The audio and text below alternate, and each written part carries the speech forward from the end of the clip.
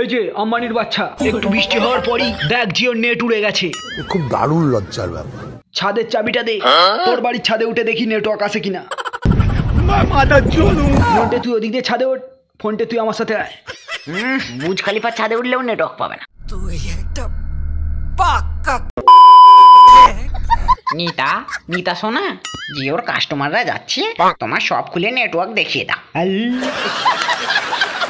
রিচার্জের দাম কেন বাড়িয়েছে? ছেলের বিয়ে দেওয়ার জন্য। রিচার্জ করতে কোনো অসুবিধা হচ্ছে না তো স্যার? গোহর বেটা তোকে চলিয়েই ফেলো। তোর গাড়ি ভাড়া কি করেন আপনি? আগে পদ মেরে খাই।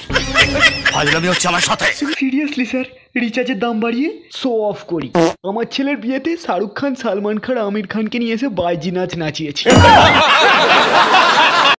সামনের বছর রিচার্জের দাম বাড়িয়ে মিয়া খালিফা, জনি সিংকে নিয়ে আসবো। হয়ে যাবে।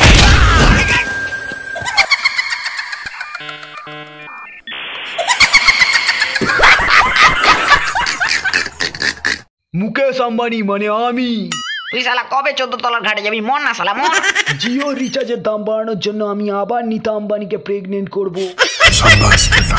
আর আমার নাতি হলে 5G নেট আনলিমিটেড দিতে সংকোচ বোধ করব না।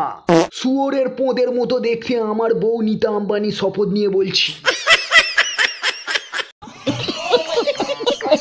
মুকেশ আম্বানিকে কেলাও, মুকেশ আম্বানিকে কেলাও।